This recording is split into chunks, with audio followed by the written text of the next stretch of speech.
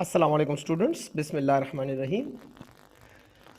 PF college Sargodha, PF college lower Topa, army के cadet colleges जिसमें military college Jhelum, cadet college Hasan Abdal, military college Murree और इस तरह दूसरे तमाम कैडेट कॉलेजेस के जिन जिन स्टूडेंट्स ने टेस्ट पास किया हुआ है उनके लिए इंटरव्यू प्रिपरेशन हम चला रहे हैं। ठीक है, इंटरव्यू प्रिपरेशन में आज पहले 5 मिनट के लेक्चर में हम बात करेंगे कि आप लोगों ने इंटर कैसे होना है और इंटर होने के बाद आपने क्या करना है, किस तरह बैठना है। ठीक है, कुछ बेसिक चीज़ें हैं जो आप लोग अगर मैंने एक दफ़ा भी बता दी तो आप लोग ऑटोमेटिकली फिर उसी तरह करेंगे इंशाल्लाह। और बहुत से बच्चों के मेरे पास जो है ना मैसेजेस आए हैं कि सर ड्रेसिंग कैसे होनी चाहिए, यानी हम किस तरह के कलर के ड्रेस पहने, पैंट शर्ट शलवार कमीज़, साथ में शूज़, क्या कलर वलर, तो सारा कुछ आज मैं एक्सप्लेन कर दूंगा कि कौन सी चीज़ किस तरह होनी चाहिए। सो पहली बात करते हैं जनाब ड्रेसिंग की। ठीक है,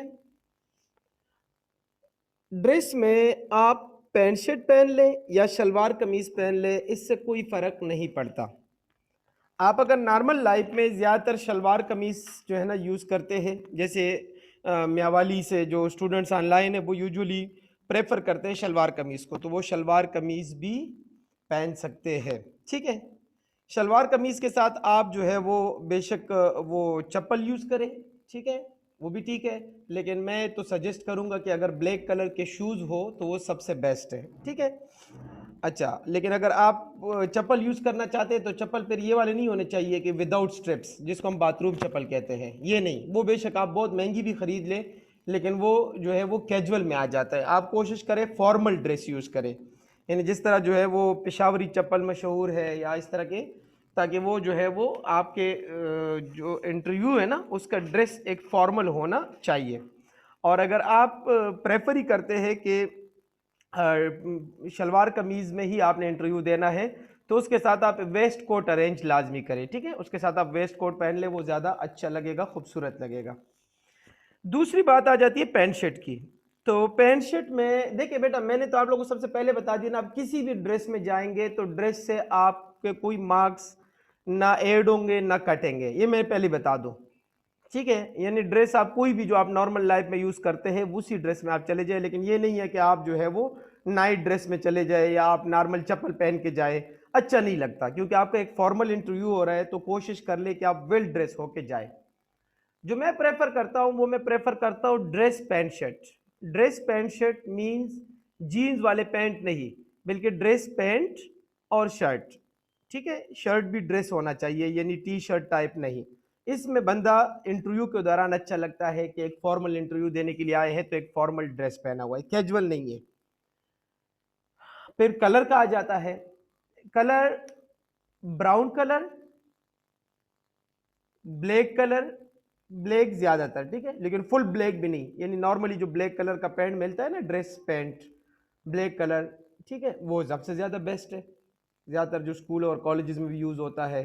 ठीक है, या उससे थोड़ा सा डीप ले ले ब्लैक, यानी ड्रेस का जो ब्लैक कलर का पैंट है, ड्रेस पैंट। ओके, और कलर जो शर्ट का है ना वो कोशिश कर ले कि रेड और येलो ना हो।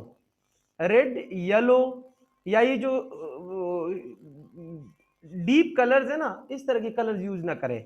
लाइट कलर के शर्ट्स ले, यानी ऑफ वाइट शर्ट ले लेना या कोई भी शर्ट ले लेते हैं। ठीक है, तो उसका जो कलर है ना वो ज्यादा शोक ना हो, हम उर्दू में कहते हैं शोक, शोक कलर ना हो, क्योंकि वो इंटरव्यूअर की आंखों में ना अक्सर लगती है। वो मैं खुद अगर किसी बच्चे ने ना शोक कलर पहना हो तो मैं उसको कुछ नहीं कहता, वैसे ही मुझे जो है ना थोड़ा सा अजीब सा लगता है कि यार ये कितना शोक कलर पहना हुआ है, यानी लाइट कलर का ड्रेस रख ले। अगर आप स्कूल में टाई का यूज करते हैं और आप टाई में आपको घुटन नहीं होती तो आप टाई भी पहन सकते हैं।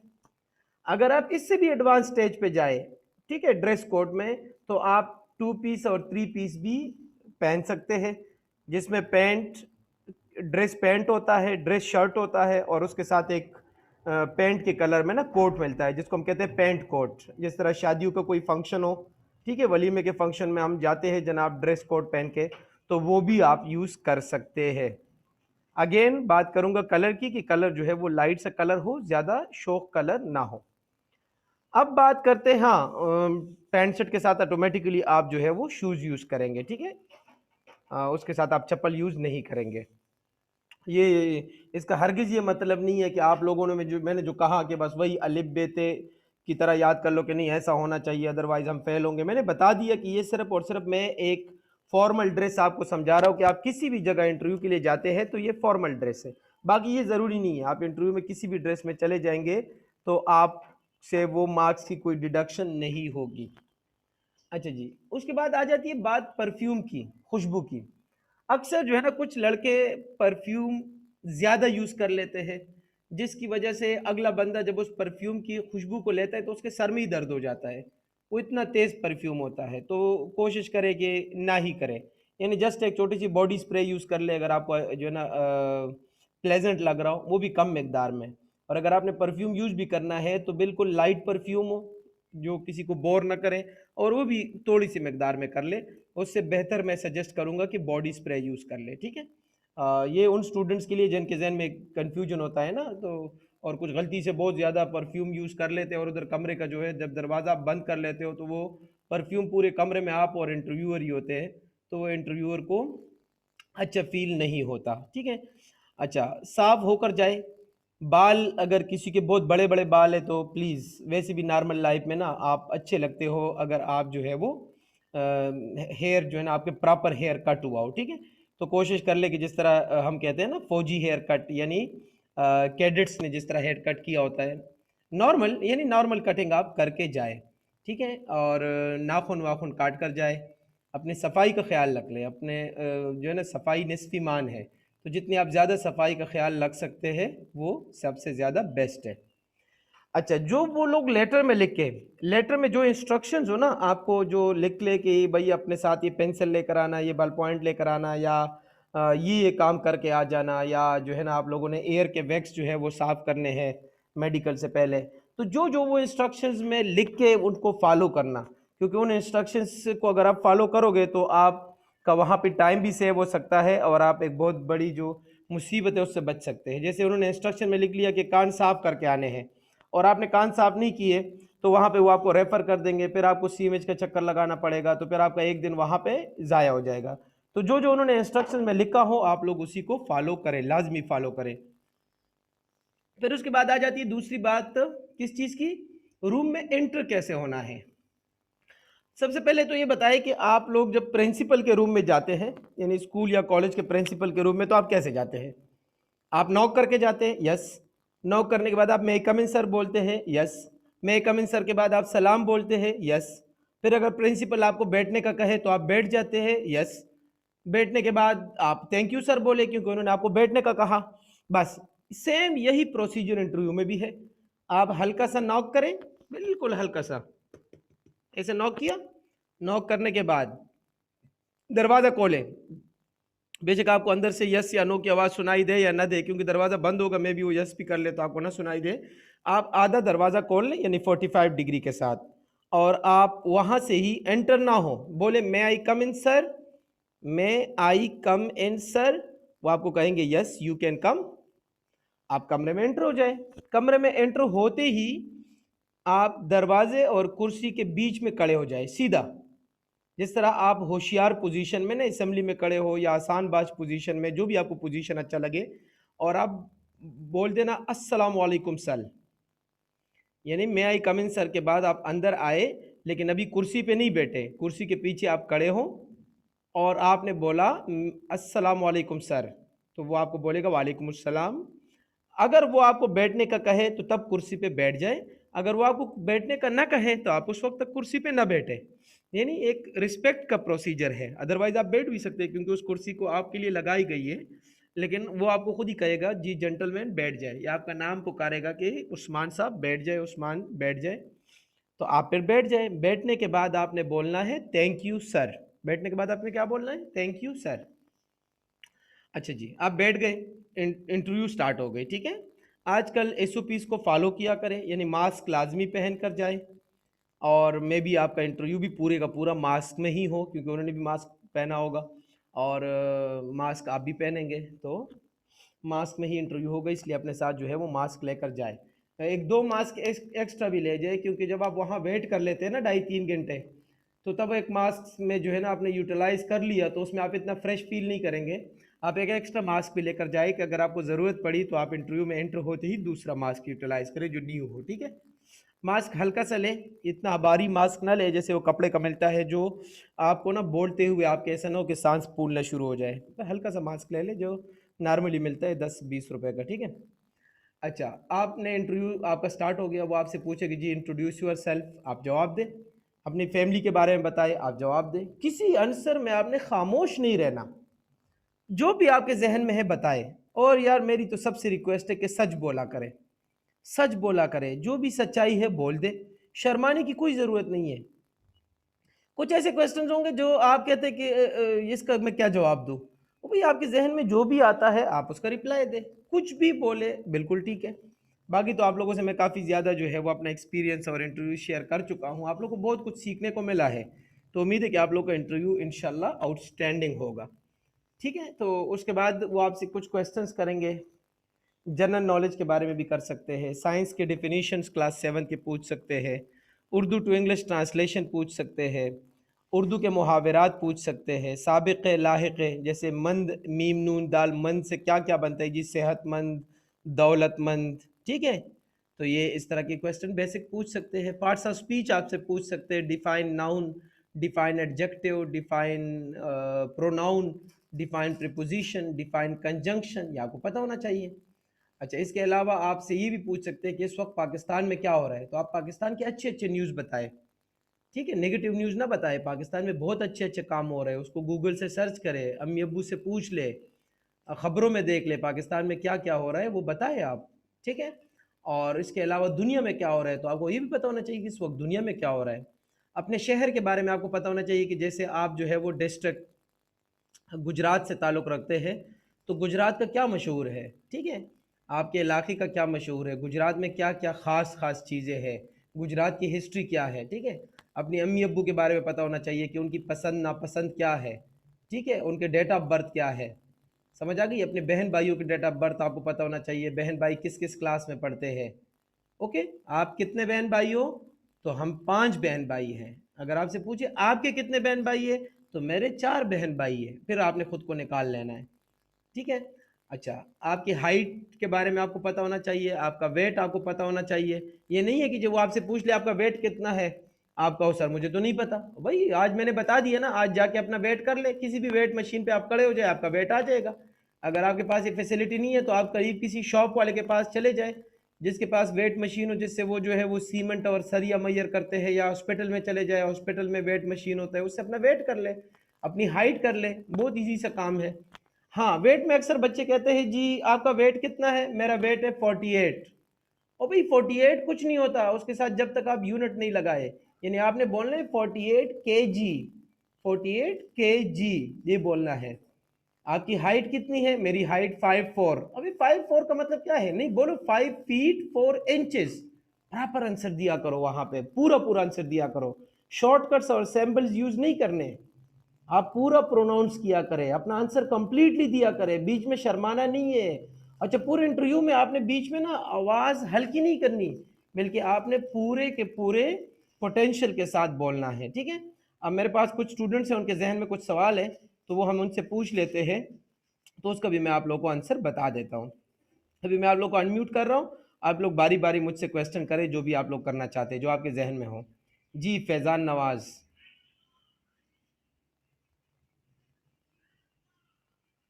जी फैजान पूछ ले बेटा।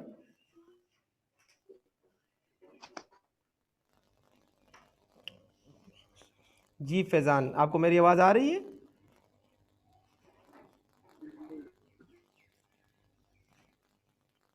अच्छा जी, फैजान की आवाज़ मुझे नहीं आ रही। आदिल खान, आपने कुछ पूछना है बेटा, पूछ ले। Yes sir, hello. जो अभी कुछ स्टूडेंट ने पीएफ कैड कॉलेज लोहरदगा का सर इंटरव्यू दे दिया है, हाँ हाँ, एक मिनट सबर सर करो, उनसे वेट पूछें वेट कर कि ले, उन्हें। वेट कर ले ज़रा। Okay gentleman, let's take a start for final interview. आप लोग अभी एक लाइव इंटरव्यू देखेंगे जिसमें मैंने आप लोगों को ये सारी चीज़ें बता दी कि किस किस तरह के सवाल पूछे जा सकते हैं और आपने कैसे आंसर देना है। Okay gentleman, introduce your self. Assalamu alaikum, sir. My name is Ehsan Abbas, son of Iftikhar Abbas Arshid. I'm 13-year-old. We are 5 in a family. My father is serving in PF base Mustafa as assistant warrant officer. My mother is a housemaker. I have 2 siblings. My age is 13 years and my weight is 39 kg. My height is 5 feet and 1 inches. My hobby is playing football as well as my favorite game is also playing football. My aim and dream is to get the quality education by joining PF College Sargodha, and my dream is to become a GTP. Outstanding, outstanding introduction, माशाल्लाह। आज तक इस तरह का introduction किसी ने नहीं दिया बेटा, ज़बरदस्त। ऐसी इंट्रोडक्शन देना आपने कॉन्फिडेंस के साथ, good. Why do you want Thank to you, sir. Join Pakistan air force? Sir, my aim and dream is to become a GTP from my childhood, and I think the Air Force and PF College Sargodha is the best institute to become a GTP. Okay, अम्मी अब्बू क्या करते हैं? Sir mom house maker है और Abu PF base मुसफ में serving कर रहे हैं असिस्टेंट वारंट ऑफिसर। ओके, आप मुझे ये बताएं बेटा कि आपकी फेवरेट पर्सनालिटी कौन है? सर कायद आजम। कायद आज़म मोहम्मद अली जिन्ना पे स्पीच करें। Sir Quaid Azam Muhammad Ali Jinnah was born in 25 December 1876. He was a politician also known as the founder of Pakistan. ठीक है। Jinnah served as the leader of All India Muslim League from 1913 until the independence of Pakistan. He was also known as the father of the nation. He died in 11 September 1948. He was also known as the first Governor General of Pakistan. Okay बेटा, favourite subject? Maths. Mathematics, okay. If the cost price of a shirt is 900 and there is a 40% profit, what will be the sale price? 90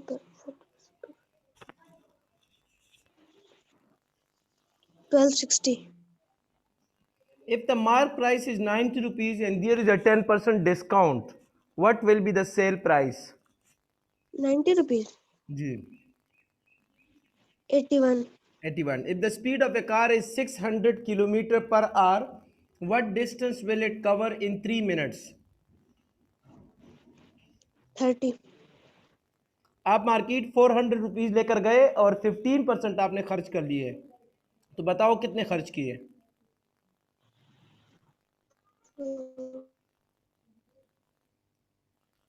कितने खर्च कर लिए? जी। 60. आप किस शहर में रहते हैं? सरगोधा। सरगोदा को शाहीनों का शहर क्यों कहा जाता है? सर 1965 की जंग में जो सरप्राइज अटैक हुआ था इंडिया की तरफ से, उस टाइम सबसे ज़्यादा फ्लाइट यहीं से ली गई थी इसी बेस से, और सबसे ज़्यादा F-16 वगैरह भी इधर से चलाए गए थे, और ये सबसे ज़्यादा स्ट्रॉन्गेस्ट बेस भी माना जाता है, इसीलिए इसको सिटी ऑफ द ईगल्स कहा जाता है। आप किस जहाज़ को उड़ाना चाहते हैं? फिर F-16 को। F-16 के बारे में हमें कुछ बताइएगा ना। F-16। Can you make a speech on CPEC? Yes sir. बिस्मिल्लाह करें। CPEC. CPEC stands for China-Pakistan Economic Corridor. It is the corridor between Pakistan and China for their trading activity. It was established in 2013 and was completely built in 2015. Its small area is in China and a large area is in Pakistan. Its main purpose is to improve the lives of Pakistan and China. It will fulfill the needs of Pakistan and China, and it not only help Pakistan and China for their economic development but also have a positive impact on Iran, Afghanistan and the other neighboring countries. Pakistan के neighbouring countries के नाम और उनके directions. Uh, China to the north, India to the east, Afghanistan to the west, Iran to the southwest. Pakistan के सदर कौन है? Arif Alvi. Punjab के chief minister? Sardar Usman Buzdar. Pakistan air force के चीफ का क्या नाम है? एयर चीफ मार्शल मुजाहिद अनवर खान। पाकिस्तान जिंदाबाद, पाकिस्तान एयरफोर्स पाइंदाबाद, ये नारा लगाए। पाकिस्तान जिंदाबाद, पाकिस्तान एयरफोर्स पाइंदाबाद। माशाल्लाह। और ऊंची आवाज से लगाए बेटा। सर अभी वो आप ही है, वो ट्यूशन पढ़ाती है ना, तो वो साइड पे बच्चे बैठे हैं। अच्छा अच्छा, ठीक है ठीक है। आपने वहां पे ना ऊंची आवाज से नारा लगाना है, ठीक है? सर उधर कोई होगा नहीं, तो उधर कॉन्फिडेंस में करो। गुड, जबरदस्त, शाबाश। बेटा बताइए कि सुबह से लेकर शाम तक आपकी एक्टिविटी क्या रहती है? सर मैं सुबह उठ कर नमाज पढ़ता हूँ, फिर कुरान की तिलावत करता हूँ, फिर क्लासेस लेता हूँ स्कूल की, और फिर आपकी क्लास का टाइम हो जाता है तो जोर की नमाज पढ़ के आपका यानी क्लास लेता हूँ, फिर मैं बाहर जाता हूँ खेलने, फिर मैं स्कूल का काम करता हूँ, और फिर बाद में वो इंटरव्यू के क्वेश्चंस होते हैं वो रिवाइज करता हूँ, न्यू चीज़ें देखता हूँ, सी पैकेज वगैरह की सबकी स्पीच तैयार करता हूँ, फिर मैं खाना खा के रात को नमाज पढ़ के सो जाता हूँ। आपने पूरे दिन फुटबॉल क्यों नहीं खेला? सर मैं खेलता हूँ फुटबॉल। आपने मेंशन नहीं आपकी किया कि क्लास मैंने फुटबॉल भी खेला इस टाइम से इस टाइम तक। मैंने क्लास के बाद मैंने कहा था कि मैं खेलते नहीं जाता हूँ बाहर। खेलना तो उसमें आप फुटबॉल मेंशन कर ले। जो आपका फेवरेट स्पोर्ट्स है और आपकी फेवरेट हॉबी है वो आपकी डेली एक्टिविटीज में आनी चाहिए, ठीक है? Yes sir. ओके। अम्मी अब्बू में कौन ज़्यादा पसंद है? सर दोनों पसंद है, किसी में कोई शक व शुबा नहीं। ठीक है। मार कहाँ से ज़्यादा पड़ती है बताए? सर जब कोई गलती करे तो दोनों से पड़ जाती है, लेकिन कभी कभार नहीं भी पड़ती। अब्बू मारते या अम्मी? सर अब्बू ज़्यादा मारते हैं। अच्छा अच्छा। कितने बहन भाई हो? सर 3। 3। आप सबसे बड़े हो? सर सबसे छोटा। बड़े भाई और बहन क्या करते हैं, किस किस क्लास में है? बड़ा भाई फैजल में है, वो 10th क्लास में, और बड़ी बहन BS मैथ कर रही है यूनिवर्सिटी ऑफ सरगोधा में। ओके, BS मैथमेटिक्स यूनिवर्सिटी से सरगोदा, ठीक है। Yes, आपके आपकी खूबियाँ क्या है बेटा? सर मैं हार्ड वर्कर हूँ, इंटेलिजेंट हूँ, और हेल्पिंग करता हूँ। इस वक्त पाकिस्तान में क्या हो रहा है?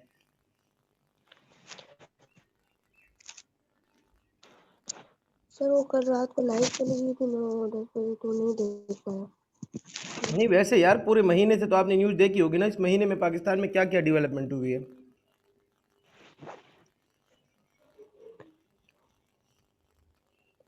Sir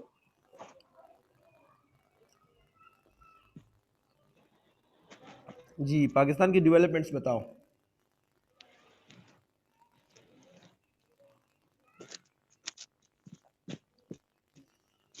sorry sir. दुनिया में क्या हो रहा है? नो। इस वक्त दुनिया में क्या हो रहा है? नहीं पता। नॉर्थ अमेरिकन कंट्रीज के नाम बताएं। Canada, USA, Cuba, Mexico, high tea. Argentina किस बर आज़म में है? South America. अर्जेंटीना हमारे किस साइड पे है? साउथ वेस्ट पे। साउथ वेस्ट पे। अफ्रीकन कंट्रीज के नाम। African sir African countries, south Africa, Nigeria, Kenya, Ethiopia, Morocco और युगांडा। बगले जानकना जुमले में इस्तेमाल करें। उसकी चोरी का राज फाश होने पर वो बंगले में जागता रह गया। ठीक है। आप मुझे ये बताएं कि हुरूफ जार क्या होते हैं? हुरूफ जात।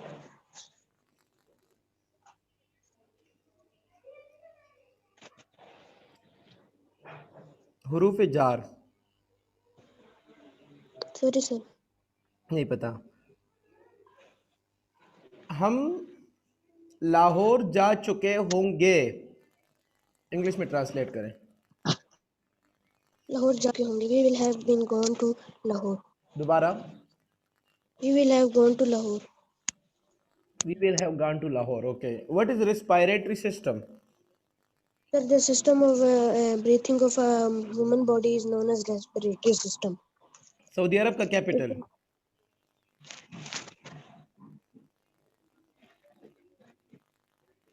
सर आवाज नहीं आई। सऊदी अरब का कैपिटल? रियाद। रिस्पायरेटरी सिस्टम आप गलत बोल रहे हो बेटा, मैंने कल भी समझाया था, आप कल क्लास में नहीं थे शायद, दोबारा बताएं। Sir, the process of breathing of a human body. वो तो ब्रीथिंग हो गया ना, रिस्पायरेशन में क्या होता है?